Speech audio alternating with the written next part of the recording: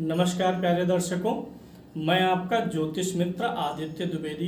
अगर आप अपनी कुंडली का परामर्श चाहते हैं, अपने प्रश्नों के उत्तर चाहते हैं, समस्याओं का समाधान चाहते हैं, खराब ग्रह दशाओं के उपाय जानना चाहते हैं, कुंडली मिलान करवाना चाहते हैं या किसी शुभ मुहूर्त के बारे में जानकारी लेना चाहते हैं, तो आप हमारे नंबर पर हमें कॉल कर सकते हैं या व्हाट्सएप मैसेज कर सकते हैं।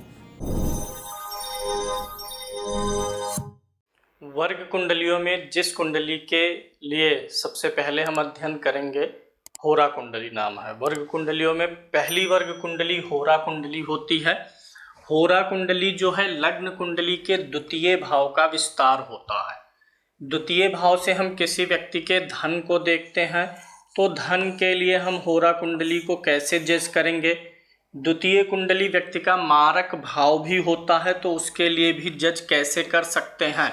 यानी जन्म कुंडली के द्वितीय भाव के गूढ़ रहस्यों को होरा कुंडली से चेक किया जा सकता है। होरा कुंडली में दो भाग होते हैं एक राशि के। एक राशि को दो भागों में बांटा जाता है। जैसे इस चीज़ को समझिए, अगर कहीं नवांश कुंडली की बात है तो नवांश मतलब नौवां अंश, 9th पार्ट। एक राशि का 9वां भाग करते हैं तो नौमांश बनता है। सप्तमांश हो गया तो एक राशि के लिए इसी प्रकार से भाग करेंगे। तो होरा में हम एक राशि के कितने भाग करते हैं? 2 भाग करते हैं। तो हमारी होरा कुंडली बन करके सम्मुख आ जाती है। तो होरा कुंडली से पहले जुड़ी हुई कुछ बातें समझ लीजिए कि होरा कुंडली में हमेशा सभी ग्रह या तो कर्क राशि या सिंह राशि, इन्हीं 2 राशियों में ही हो सकते हैं। होरा कुंडली का जो लग्न बनेगा या तो वह कर्क होगा 4 नंबर या सिंह लगन होगी 5 नंबर। कर्क लगन और सिंह लगन के अलावा और कोई दूसरी लगन होरा कुंडली में नहीं बन सकती है। और सभी के सभी ग्रह या तो कर्क में होंगे या तो सिंह में होंगे। इसीलिए बहुत जगहों पर आप देखते हैं कि होरा कुंडली इस तरीके से ना बना करके सिर्फ एक बॉक्स जैसा ही बना दिया जाता है और ऐसे लिख दिया जाता है। यहाँ पर राशि लिख दी जाएगी कि ये कर्क है और ये सिंह है और आगे ग्रहों को लिख दिया जाएगा। फिलहाल किसी अच्छे सॉफ्टवेयर की मदद से आप अपनी होरा कुंडली प्राप्त कर लीजिएगा, गणना कर लीजिएगा। अब आ जाते हैं इसके फलादेश पर। होरा कुंडली में देखना क्या है। इधर मैंने निशान दिया है लग्न कुंडली, क्योंकि बीच बीच में समझाने के लिए लग्न कुंडली की जरूरत पड़ेगी। और इधर मैंने ले लिया है होरा कुंडली।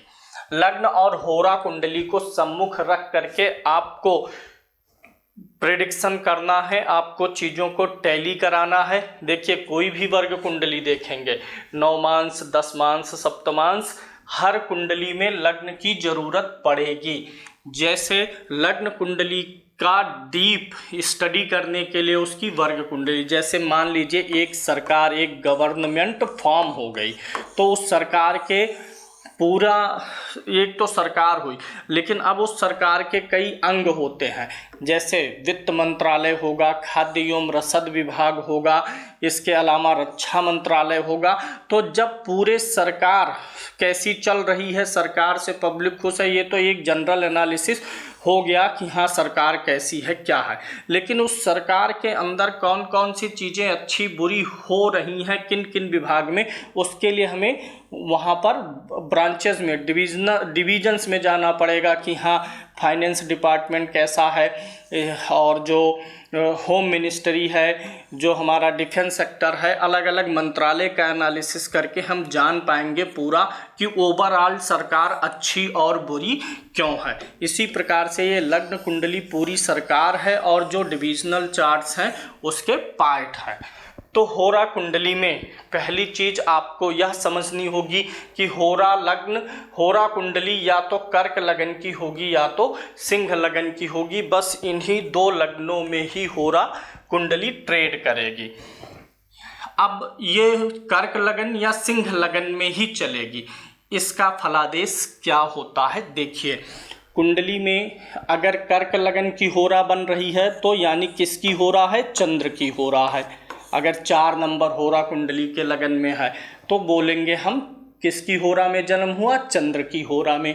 अगर सिंह लगन यहाँ पर बना, 5 नंबर आया, तो हम क्या बोलेंगे, किसकी हो रहा है, सूर्य की हो रहा है। यानी या तो व्यक्ति का जन्म चंद्र की होरा में होगा या तो सूर्य की होरा में होगा। इसलिए अब यहाँ पर जज करना बड़ा आसान है। देखिए क्या करना है, आप जो है आपका व्यक्तित्व कौन सा ग्रह बताता है, चंद्रमा। सूर्य बताता है व्यक्तित्व का, इमेज का, पर्सनालिटी का, चूंकि सूर्य लगन का कारक भी होता है। तो अगर आपका जन्म सूर्य की होरा में हुआ है तो आपके व्यक्तित्व पर सूर्य का प्रभाव अधिक है। अगर आप यहाँ पर 5 नंबर होता, सूर्य की होरा में जन्म हो, तो ऐसा समझिए कि उस व्यक्ति के व्यक्तित्व पे सूर्य का प्रभाव अधिक है। और अगर चंद्रमा की होरा में जन्म हुआ है, यहाँ 4 नंबर लिखा है, तो समझ जाइए व्यक्ति के व्यक्तित्व पर चंद्रमा का असर ज़्यादा है।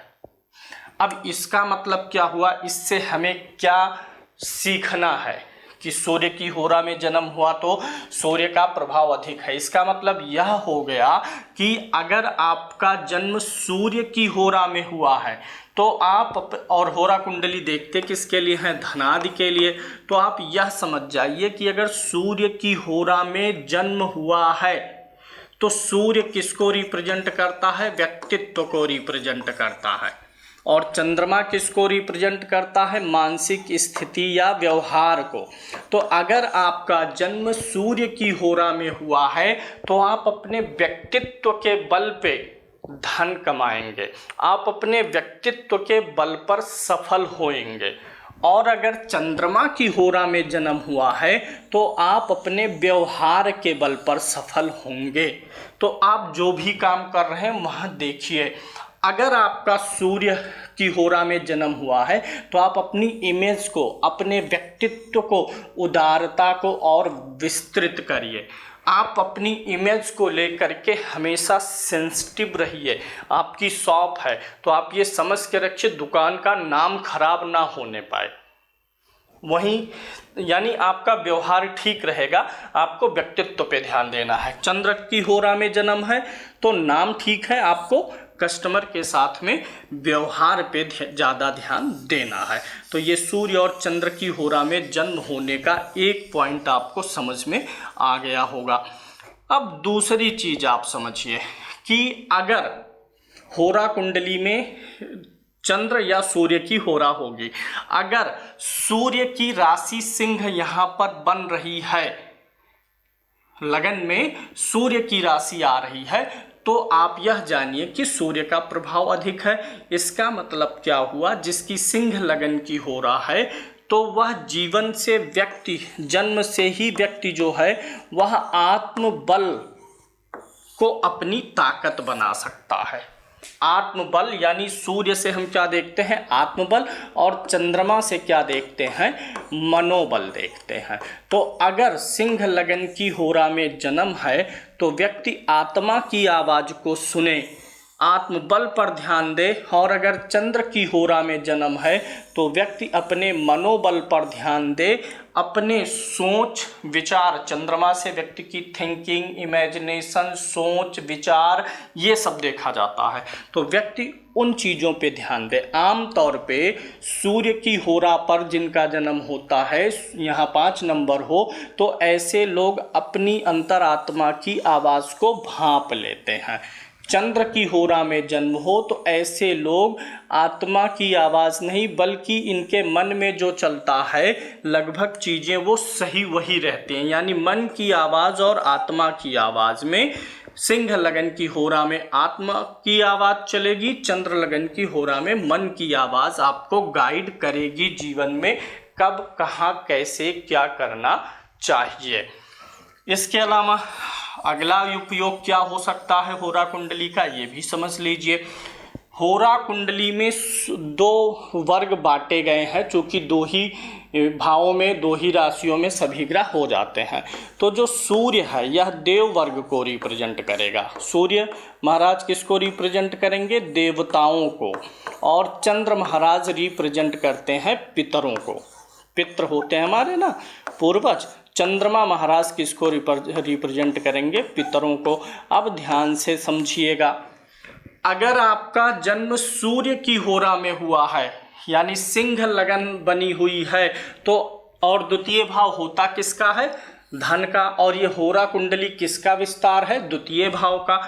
अगर आपकी होरा कुंडली सूर्य के लगन की है, सिंह लगन की है, तो आप अपने धन की स्थिति को सही करने के लिए जीवन में जब भी आपके ऊपर आर्थिक समस्याएं आएं या समस्याएं ना भी आई हों, और उन समस्याओं को आने से रोकना है। विशेष रूप से कुटुंब में प्रेम रहे, धन की स्थिति सही रहे, आर्थिक स्थिति सही रहे, इसके लिए अगर सिंह लगन है तो आपको हमेशा देवताओं के शरण में रहना चाहिए। और अगर चंद्र की होरा है तो आर्थिक स्थिति सही रहे, आर्थिक परेशानी ना आए, या आर्थिक परेशानी चल रही है उससे मुक्ति का मार्ग मिले, तो इसके लिए आपको पितरों की शरणागति करनी चाहिए। अब मान लीजिए यहाँ पर 5 नंबर है, सूर्य की होरा है, तो ये जातक क्या करे? देवताओं के शरण में जाए, यानी मंदिर जाए, पूजा पाठ करें, ईश्वर की भक्ति करें, आराधना करें, उनसे प्रार्थना करें, उनको भोग लगाएं, प्रसाद चढ़ाएं। इससे देवता प्रसन्न होंगे और फिर उनकी आर्थिक समस्याओं का समाधान मिलेगा। बहुत से लोग जब परेशान होते हैं आर्थिक रूप से तो देवताओं की शरण में जाते हैं। बहुत से लोगों को समाधान मिल जाता है, बहुत से लोगों को नहीं मिलता है। अब यहाँ से आपको समझ में बात आ जाएगी कि अगर चंद्र की होरा में जन्म हुआ है तो आप देवताओं के शरण में जाने के बजाय पितरों के शरण में जाइए। सिंह लगन है तो मंदिर जाना, भोग प्रसाद चढ़ाना, देवताओं से अपनी समस्या के लिए मार्गदर्शन की प्रार्थना करना, अपने आर्थिक विकास के लिए सुझाव मांगना जरूरी है। वहीं अगर कर्क लगन की हो रहा है तो आप पितरों के शरण में जाइए।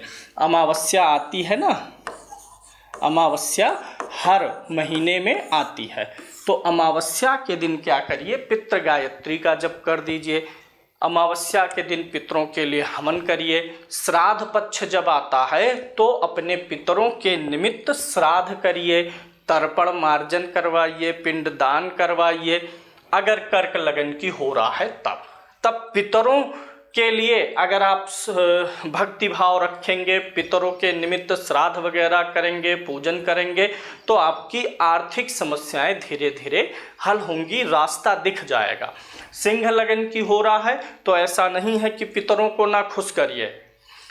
समझिएगा, अगर सिंह लगन की हो रहा है और या फिर कर्क की, सिंह की हो रहा है तो देवताओं के शरण में जाना है, यानी पितर आपके लिए पहले से ही ठीक हैं, तो इनके लिए भी तर्पण वगैरह करना है पितृपक्ष में। ये नहीं कि ठीक है तो ना करें, आगे बिगड़ जाए। ताकि अगर कर्क है तो पितरों के लिए करते रहिए और देवताओं की भी शरणागति करते रहना है, लेकिन समस्या का समाधान पितर देंगे। करना दोनों है, ऐसा नहीं है एक को त्याग देना, लेकिन समस्या आने पर मदद कहाँ से मिलेगी ये यहाँ से आपको पता चल जाएगा। और जो दूसरा पक्ष होगा वो आपके लिए ठीक है, तो उसके लिए भक्ति भाव बना के रखेंगे तो अभी ठीक है, आने वाले जन्मों में भी ठीक रहेगा। तो इस प्रकार से यहाँ पर आप जजमेंट कर सकते हैं। अब एक चीज़ और यहाँ पर देखिएगा कि होरा कुंडली में आपको यह देखना है, 2 राशियां हैं, सिंह राशि होगी और कर्क राशि होगी। सूत्र एक समझ लीजिए, ये जो सिंह राशि होती है ये कौन सी राशि होती है? क्रूर राशि होती है। और कर्क राशि कौन सी राशि होती है? सौम्य राशि होती है। अब आपको अगर यह जज करना है कि इन्हीं दोनों राशियों में ही सिर्फ जज करना होता है, तो क्या करना है? भाव से भी कोई मतलब नहीं होता, सिर्फ राशि से ही मतलब होता है। चाहे तो ये चार्ट भी ना बनाए तो भी समझ सकते हैं, सिर्फ लग्न पता रहे। देखिए, सिंह क्रूर राशि है, तो जो हमारे क्रूर ग्रह हैं, कौन कौन से क्रूर ग्रह हैं? एक तो सूर्य आपका क्रूर है, एक मंगल आपका क्रूर है। सूर्य, मंगल, शनि, राहु और केतु, ये क्रूर ग्रह होते हैं। तो होरा कुंडली में अगर क्रूर राशि सिंह में ज़्यादातर क्रूर ग्रह बैठे तो अच्छा है, हालांकि ऐसा बहुत कम मिलता है कि क्रूर राशि में ही सारे क्रूर ग्रह आ जाएं, लेकिन क्रूर राशि में ज़्यादातर ग्रहों का होना ज़्यादा अच्छा है। और जो सौम्य राशि कर्क है, इसमें सौम्य ग्रहों का होना ज़्यादा अच्छा है। चंद्रमा रहे, बुध रहे, गुरु रहे, शुक्र रहे तो ज़्यादा अच्छा है। यानी अगर आप यह देखना चाहते हैं कि होरा कुंडली में कर्क और सिंह में किस राशि में किस ग्रह का होना ज़्यादा ठीक है, तो कर्क राशि में शुभ ग्रहों का होना ज़्यादा ठीक है और सिंह राशि में क्रूर ग्रहों का रहना ज़्यादा ठीक है। वैसे एक इसमें अपवाद भी है, ये जो शनि महाराज हैं ये सिंह के बजाय कर्क में ज़्यादा अच्छा फल देंगे, यही एक अपवाद स्वरूप याद रखना है, क्योंकि सिंह राशि में सूर्य जाने से सूर्य के साथ इनका तालमेल ठीक नहीं है, तो उसकी अपेक्षा ये चंद्र राशि में ज़्यादा अच्छे फल दे जाते हैं। तो ये छोटी छोटी बातें आपको समझ में आ रही होंगी। ये लगन कुंडली इधर बनी हुई है, इस लगन कुंडली को कैसे यहाँ पर क्या देखना है इसके बारे में भी मैं आपको बता देता हूँ, इसको ध्यान से देखिएगा। सबसे पहले तो आप यह देखिए कि अपनी लगन कुंडली को सामने रख करके कि इस लगन कुंडली में ऐसे कौन से ग्रह हैं जो धन के लिए अच्छे हैं। लग्न कुंडली यहाँ पर किस लगन की है? कुंभ लगन की। कुंभ लगन में अच्छे ग्रह कौन कौन से होते हैं? कारक ग्रह कौन कौन से होते हैं? हर लगन में 3 कारक ग्रह होते हैं, शनि, बुध और शुक्र। ये 3 कौन होते हैं? कारक ग्रह होते हैं। तो आपको जो भी आपकी लगन है, लगन कुंडली से इन 3 कारक ग्रहों को निकाल लीजिए। फिर इसके बाद कारक ग्रह लग्न, पंचम, नवम, इन 3 भावों के स्वामियों को निकालना। इसके बाद ये जो केंद्र स्थान हैं, लगन तो हमने त्रिकोण में ले लिया, इसके बाद ये 3 स्थान बचते हैं केंद्र के। तो इन 3 केंद्रों में से उस ग्रह को ले लीजिए जो लगन का स्वामी हो, लगन का मित्र हो। अब यहाँ पर चौथे घर का स्वामी कौन है? शुक्र। क्या ये लगन का मित्र है? हाँ, तो शुक्र को ले लीजिए। 7वें घर का स्वामी कौन है? सूर्य। क्या ये लगन का मित्र है? नहीं, छोड़ दीजिए। 10वें घर का स्वामी कौन है? मंगल। क्या ये लगन का मित्र है? नहीं है, छोड़ दीजिए। यानी करना क्या है, आपको तीनों कारक ग्रहों को ले लेना है, लग्न, पंचम, नवम भाव के स्वामियों को लीजिए और केंद्र के उस ग्रह के को लीजिए, केंद्र में वह ग्रह जो स्वामी हो, जो लगन का मित्र हो।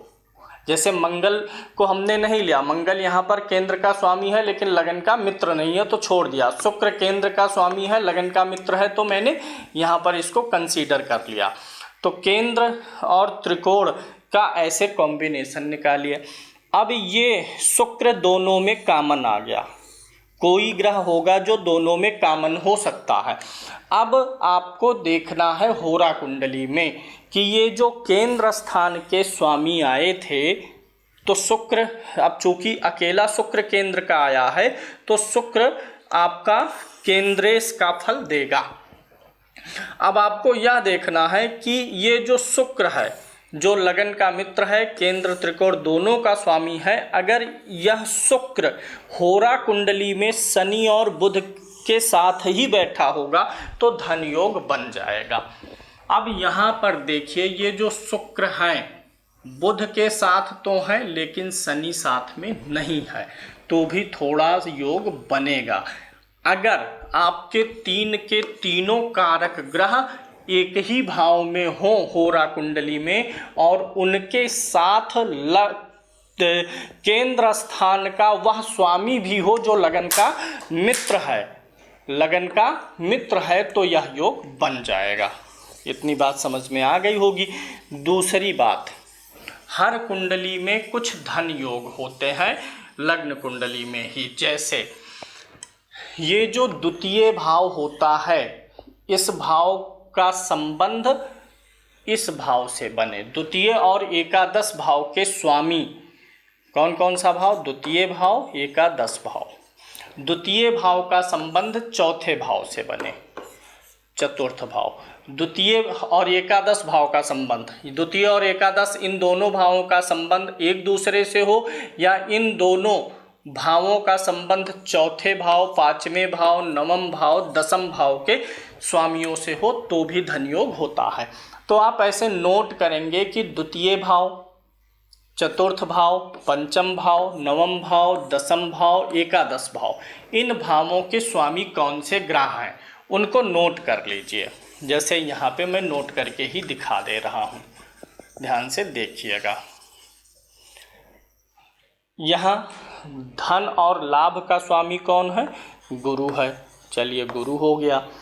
द्वितीय चौथे भाव का स्वामी कौन है? शुक्र है, शुक्र हो गया। पंचम भाव का स्वामी कौन है? बुध है, बुध हो गया। नवम भाव का स्वामी कौन है? शुक्र है, शुक्र को ले लिए। दसम भाव का स्वामी कौन है? मंगल, मंगल को ले लिए। एकादश भाव का स्वामी ऑलरेडी ले चुके हैं। इतने सारे ग्रह आ गए आपके। अब इतने सारे ग्रह जो आए हुए हैं, इनमें से जो ग्रह लगन का शत्रु होगा उसको हटा दीजिए। मंगल तो सम का प्रभाव रखता है कुंभ के लिए, ये गुरु सम का प्रभाव रखता है, लेकिन मंगल शत्रुता का भाव रखता है लग्न के लिए, तो मंगल को हटा देंगे। मंगल को हटा दीजिए। पहले आपको ऐसे छांट लेना है, द्वितीय चतुर्थ नवम, द्वितीय चतुर्थ पंचम नवम दसम एकादश भाव के स्वामियों को लिख लीजिए। उनमें से जो ग्रह लगन का शत्रु होगा उसको हटा देंगे। अब जो भी ग्रह बचे, अगर ये ग्रह एक साथ हो होरा कुंडली में, चाहे कर्क में हो चाहे सिंह में हो, तो धन योग बन जाता है। उम्मीद है यह विधि आपको समझ में आई होगी। इस विधि का उपयोग सबसे ज़्यादा तब करना है, कब करना है? जब लग्न कुंडली में धन योग बना हो तब। चूँकि शुरू में ही आपको बताया गया कि लग्न कुंडली मेन कुंडली है और वर्ग कुंडली से हम क्या करते हैं? उन योगों के बल को देखते हैं। अगर लग्न कुंडली में राजयोग नहीं है, लग्न कुंडली में धन योग नहीं है, सिर्फ जा करके यहाँ बन रहा है होरा कुंडली में, तो उसका अत्यधिक लाभ नहीं मिलेगा। जीवन में पैसा आएगा, कमाएंगे, बचा नहीं पाएंगे। ऐसा नहीं है धनहीन रहेंगे, आएगा पैसा, सेव होने की संभावना थोड़ी कम रहेगी। लेकिन अगर लग्न कुंडली में राजयोग और धन योग है, तब जो मैंने अभी आपको केंद्र त्रिकोण का राजयोग यहाँ देखना बताया और जो धन योग 2 सूत्र बताया हूँ, धन योग राजयोग अगर लगन कुंडली में है तब वो दोनों सूत्र यहाँ मिलेंगे तो धन आएगा भी, खर्चा भी करेंगे खूब और बचेगा भी, यानी धन ज़्यादा आएगा कि खर्चा करने के बावजूद भी बचेगा। अगर यहाँ पर राजयोग नहीं है तो यहाँ पर वह राजयोग सिर्फ आपको धन दे देगा लेकिन धनी बनाएगा नहीं, यानी धन आएगा उसे आप रोक नहीं पाएंगे, खर्चा होता चला जाएगा।